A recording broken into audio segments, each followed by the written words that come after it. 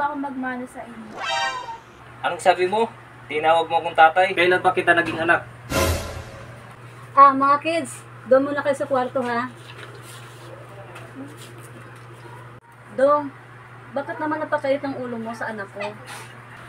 Wala akong pakialam sa anak mo. Ang tunay kong anak, si Jaja lang at si Giselle. Kung gusto mo siyang lambingin, lambingin mo. Stepdaughter ko lang siya. Hindi ko siya tunay na anak. Pero, wag mo naman iparamdam sa kanya na hindi mo siya tunay na anak.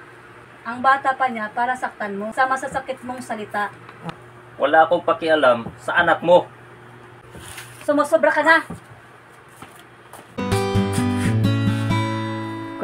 Inay, paano ko ba mahalin ang batang hindi ko naman tunay na anak? Anak, ang kabataan ni Rian ay kaming tulad sa'yo. Anak, hindi pa sana ito ang tamang panahon na malaman mo ang katotohanan. Nasasaktan ako sa tuwing pinapagalitan mo ang iyong stepdaughter na si Rian.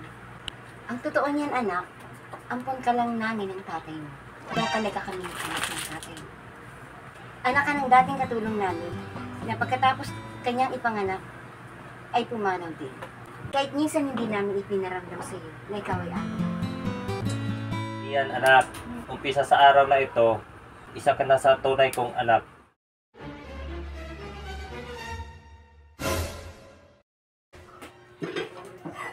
Ha?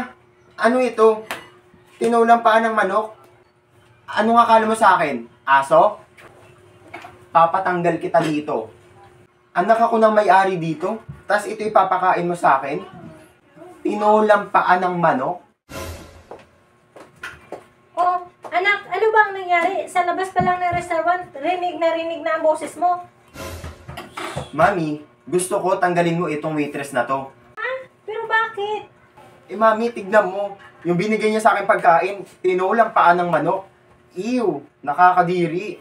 Anak, hindi kita pwedeng pagbigyan sa kagustuhan mong tanggalin ko ang waitress na ito. At isa pa anak, huwag mong maliitin ang paninda nating tinulang paa ng manok. Hindi mo maranasan ang kaginhawaan sa buhay, kundi dahil sa paninda na yan. Ngayon anak, dahil sa pinakita mong hindi magandang asal, paghihirapan mo na rin ang magiging pera mo. Magtatrabaho ka na rin dito bilang waiter.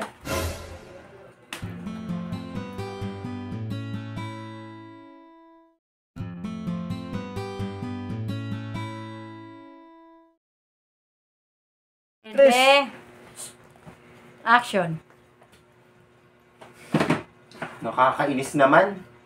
Itong si Tito naman naka-video. Ayan, ano, ganun talaga Wag.